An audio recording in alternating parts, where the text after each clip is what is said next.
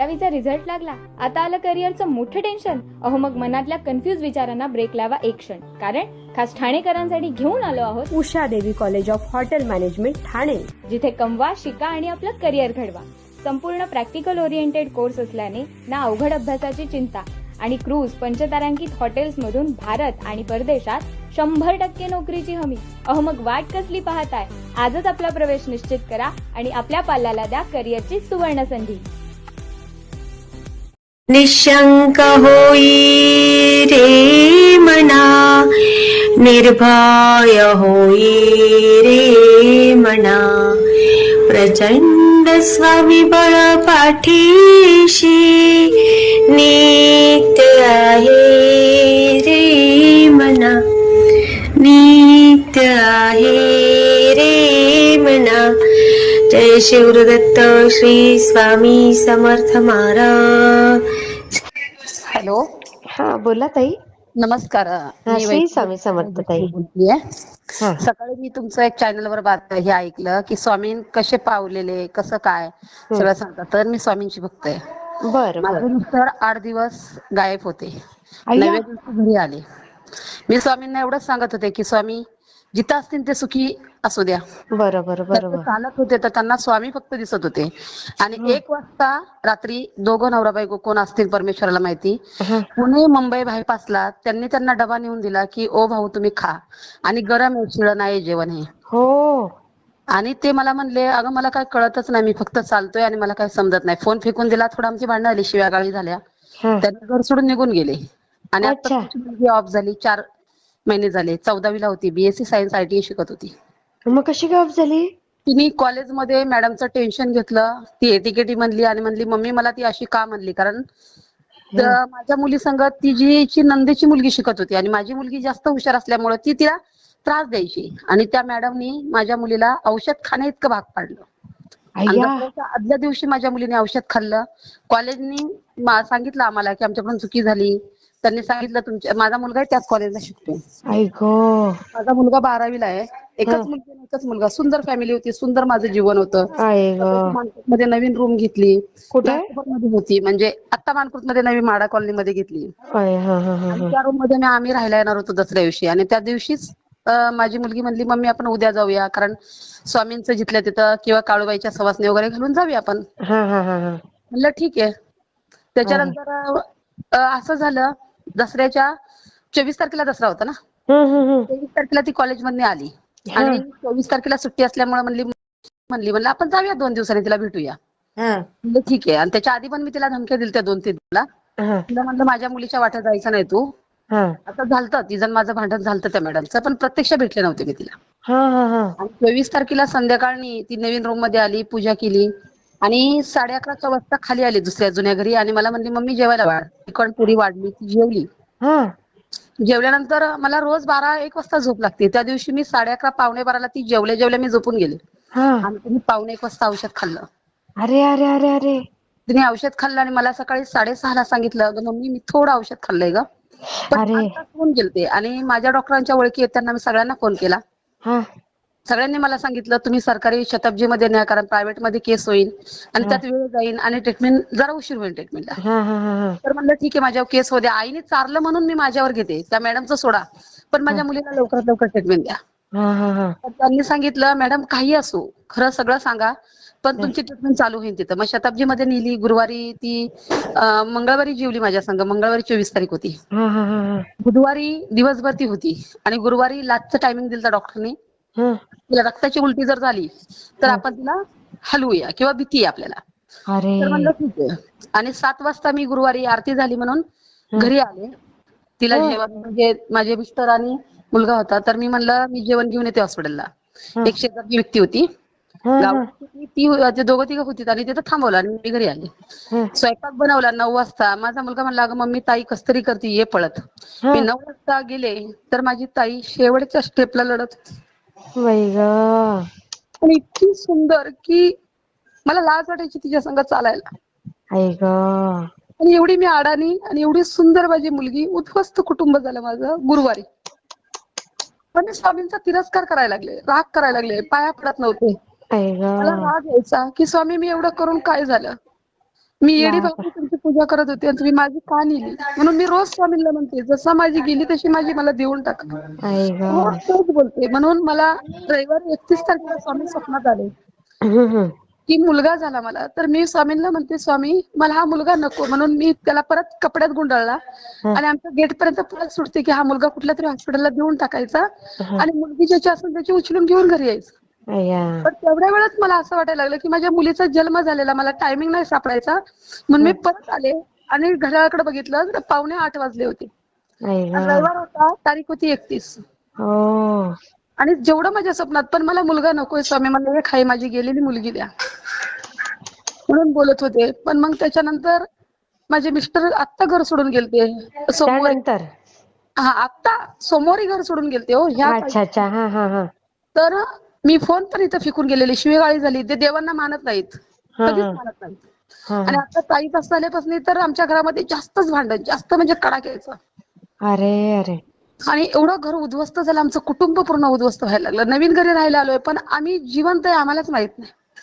मग सरळ तुम्ही चेंज करा घर, जर त्या घरात असं होत असेल तर. कुठंच नाही आता आम्ही जगू शकत. म्हणजे आमचा स्वभावच तो आता झाला ना मॅडम, कारण तिच्याशिवाय आम्ही जगूच शकत नाही. आई ग, असं नाही करायचं ताई. मला कुठं पण तुम्ही आता ठेवा, फक्त स्वामीला एकच म्हणते की माझी गेलेली तुम्ही जर आणलीत ना तोच आत्मा आणि तीच. कारण मॅडम मला माझी मुलगी मी 17.5 वर्षाची असताना झाली. मी 17.5 वर्षाची होती तेव्हा मला मुलगी झाली. बापरे. तर मुलगी माझी ते कॉलेजमध्ये त्यांनी सांगितलं पोलीस स्टेशनला की तुमच्या मुलाचं शिक्षण आम्ही करतो आणि त्याला शिक्षकाची नोकरी लावतो किंवा तुम्हाला आम्ही थोडी मदत करतो असं त्यांनी सांगितलं, कबुली दिली त्यांनी. तर माझं एकच म्हणणं होतं त्यांना नोकरीवरनी काढा. तर ती 6 महिन्याची गरोदर होती ना ती मॅडम. मग ती अशी काय वागली मॅडम आणि काय बोलली एवढं तिला? ती म्हणली एटीकेटी लावली डॉक्टर, नेहमी नेहमी तिला डोळ्यावर धरायची. कारण माझी मुलगी दिसाय सुंदर होती आणि राहणीमान तिची चांगली होती आणि खाली बघून जाणार. तिच्या वडिलांना कॉलेजमध्ये ती गेटवर न्यायची घालवायला आणि कॉलेजच्या गेटवरनी घरी मुलगी आणायला लावायची माझी. जर बाप तिचा गेला नाही ना कॉलेजवर तर ती जायची नाही कॉलेजला. अरे बापरे. म्हणजे अशी मुलगी होती, इतकी सालस आणि इतके स्वभाव ना वेगळाच. कधी मी तिच्याकडून भांडी घासून घेतली नाही, कपडे भांडी लादी बेडच्या खाली नाही उतरून घेतली. काळ्या होती ना बाळा तुझी. आणि त्या आईला एवढा धोका देऊन मुलगी गेली. बापरे. म्हणून मी स्वामींचाही तिरस्कार करत होते. पण तिने असं नाही करायला होतं मुलीने. हो, लाख वाटतंय. आणि आमच्या खानदानीमध्ये कोणालाच मुलगी नव्हती, मलाच होती. अरे अरे अरे. आणि मला मुलगा मुलगी आणि आमच्या घरामध्ये कोणालाच मुलबाळ नाही, म्हणजे मलाच फक्त मुलं झाली 2. अरे बापरे. बघा पण ना आता घरामध्ये बघितलं ना तुम्ही तर म्हणलं कसला मुलगा आहे. माझा मुलगा आता 17 वर्ष 3 महिन्याचा आहे आणि मुलगी 19 वर्ष 3 दिवसाची असताना ऑफ झाली. दसऱ्या दिवशी जन्मली आणि दसऱ्याच्या दुसऱ्या दिवशी गेली. पण ऐका ताई, जे आता तिचं जेवढं होतं तेवढं तिने आपल्याकडे घेतलं. हो. तिचं जेवढं आयुष्य होतं तेवढं ती जगली. एक मिनिट, मामीकडे जा, जा पटकन मामीकडे. मामा येईल आता लगेच, जा. बघा ताई, तिचं जेवढं आयुष्य होतं तेवढं ती जगली. पण तुम्ही आहे ते वातावरण खराब नका होऊ दो घरातलं. एवढा सोन्यासारखा मुलगा आहे ना ताई तुम्हाला. आहे ना, पण मग घरात कटकट नाही व्हायला पाहिजे ताई. लय कटकट होती, लय म्हणजे व्हायलाच नाही पाहिजे ताई. आता एक लक्षात ठेवा, शांती ठेवा. आणि घराला शांती असेल तर सगळं लाभतं, नाही तर मग घर उद्ध्वस्त अजून व्हायला वेळ नाही लागणार ताई. त्या मुलाला का त्रास द्यायचा आता? त्याला जीव लावा, त्याच्याशी प्रेमाने बोला. हो.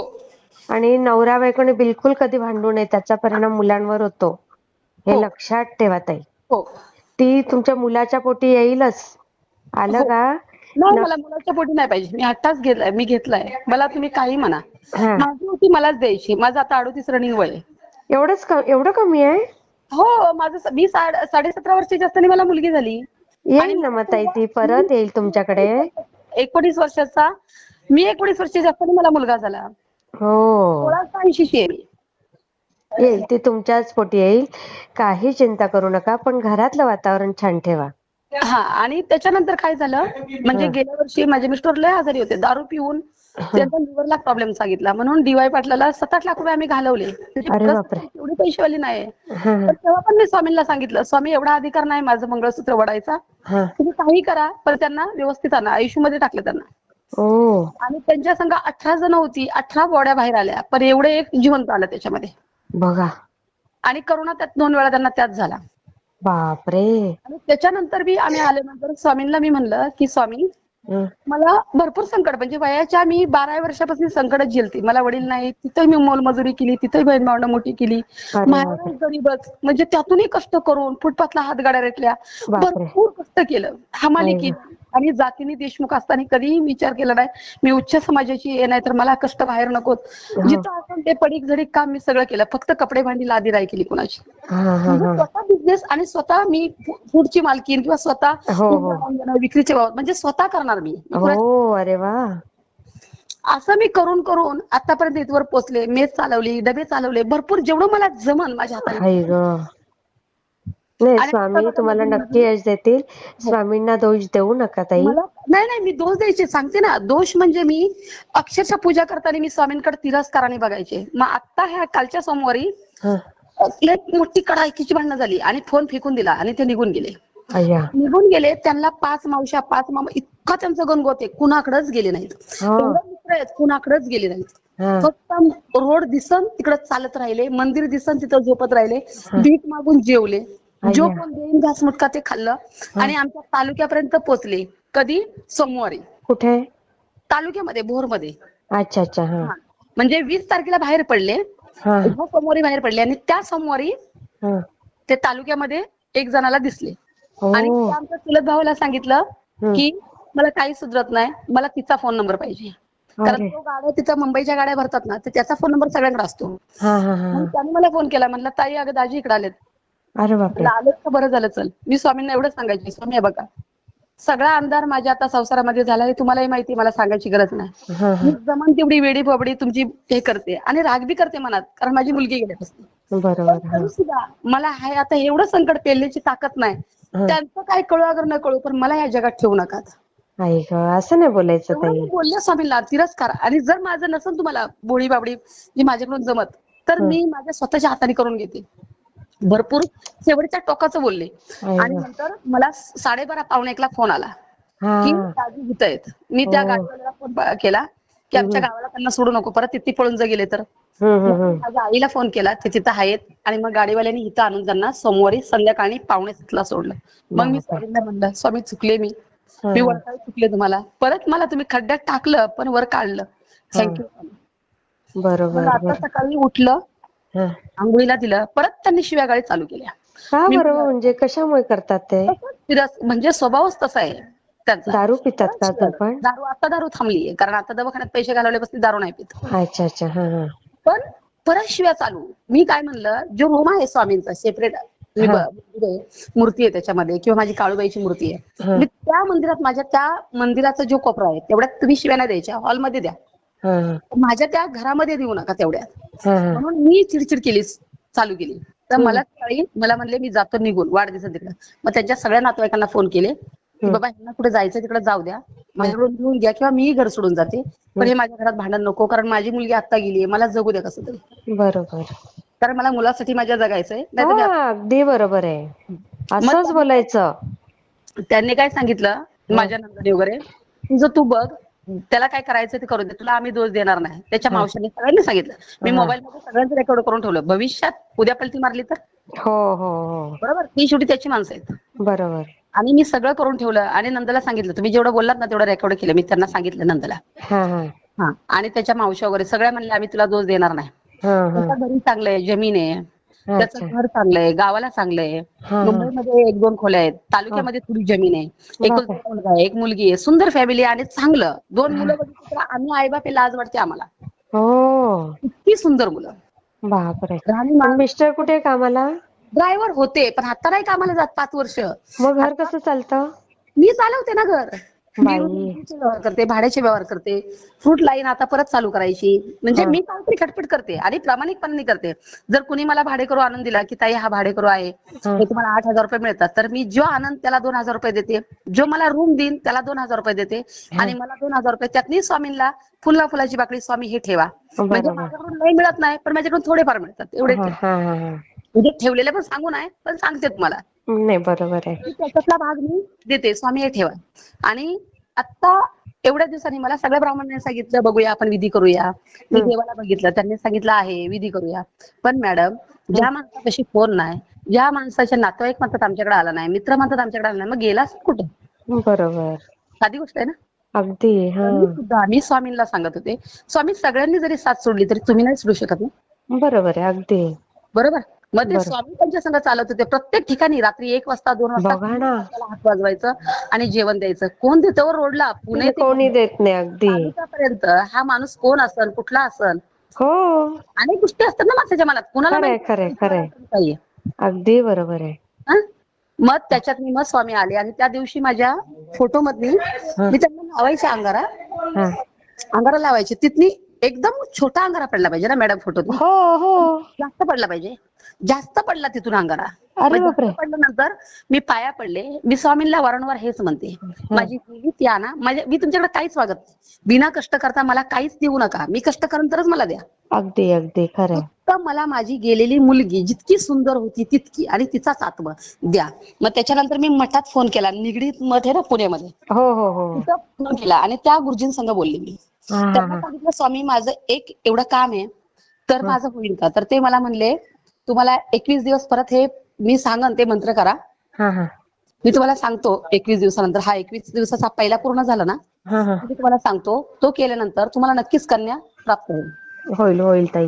म्हणजे बोललेत ना तर नक्की होईल. स्वामी संघ बोललेले आहेत आणि निगडीचे चांगले प्रसिद्ध आहेत ते. हो ना. आणि जिथं चेंबूरमध्ये स्वामी येऊन गेलेत त्या हो. मठामध्ये मी जाते. अरे वा. आणि मग फेमस आहे चेंबूरचं मठ. सकाळी चेंबूरमध्ये हा. जिथं मठ आहे ना, म्हणजे जिथं स्वामी येऊन गेलेले आहेत तिथं. हो हो हो हो. आणि ते अक्कलकोटच आहे, दुसरं अक्कलकोटच आहे. बरोबर बरोबर. तर आणि मग वेदांच्या पप्पांना सकाळी मी उठवलं. परत भांडणं चालू झाली. मी आंघोळीला दिला आणि म्हणले बघा हे 200 रुपये घ्या. तुम्हाला वाढ दिसन तिकडे जाऊ नका. तुम्हाला वाढ फक्त स्वामींची दिसन ना तिकडेच जायचा. हा हा हा हा हा. आणि कसं तरी गोड बोलून मी त्या स्वामींपर्यंत पोहोचवलं. अरे वा. आणि तिथे पोहोचवलं आणि त्यांना म्हणलं येताना मला माळ घेऊन यावं. माळ नाही माझी, मला जप करायचं. हा मला म्हणले मी माळ नाही आणणार, मला 200 रुपये पूर्ण आणणार. म्हणलं ठीक आहे, प्रसाद तर घेऊन या. हा हा हा हा. तर प्रसाद घेऊन आले आणि आता आले. मला म्हणते अगं जाताना ना माझं पाय नुसतं ना जळ येत होतं ग, काही विचारत नव्हता माझा. पण मी येताना इतका स्पीडने आलो ना की मला कळलंच नाही मी घरापर्यंत आलेलो. अरे वा. अति आनंद आहे, चांगली गोष्ट आहे. फक्त स्वामींचा विसर पडू नका, तुम्ही काम करू नका, पण स्वामी मुखात ठेवा. बरोबर आहे. अगदी किती छान सांगितलं. मार्ग निघेल तुमचा. बरोबर. त्यांना तुम्ही नका ड्रायव्हिंग करू, काय फरक पडत नाही. मी जिथे 4 रूम भाड्याने देते ना, तिथे अजून एखादी रूम दिली ना तरी माझं घर चालेल.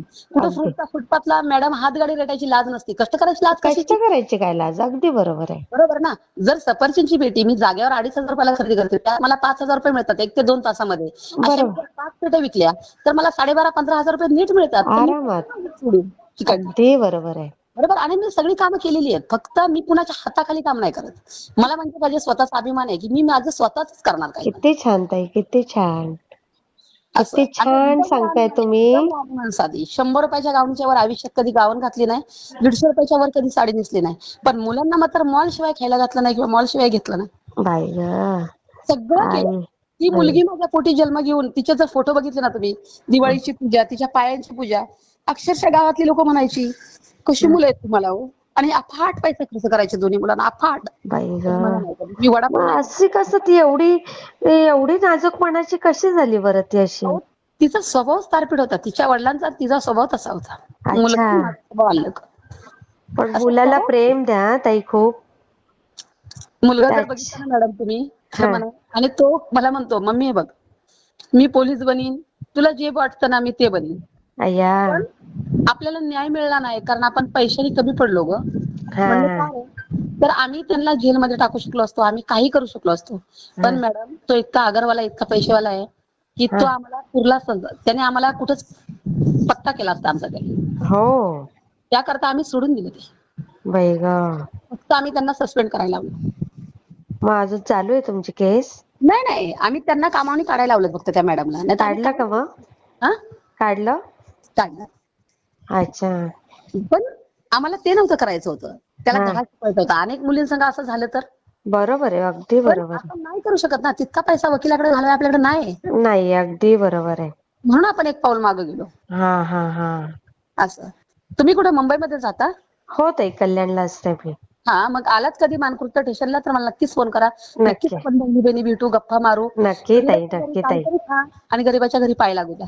हो ताई, तुम्हाला खूप स्वामी तुमच्या सगळ्या इच्छा पूर्ण करते. माझी एकच इच्छा आहे, फक्त त्यांना म्हणा तिची गेलेली ऐश्वर्य तिची घेऊन येईल ताई. तिथं जा ना, तिथंच बोला. मग हे बघा मॅडम, मला बरेच जण म्हणतात आता कसं तुझं 38 रनिंग आहे, तुझा मुलगा आता 13वीला गेलाय, मग कसं वाटल?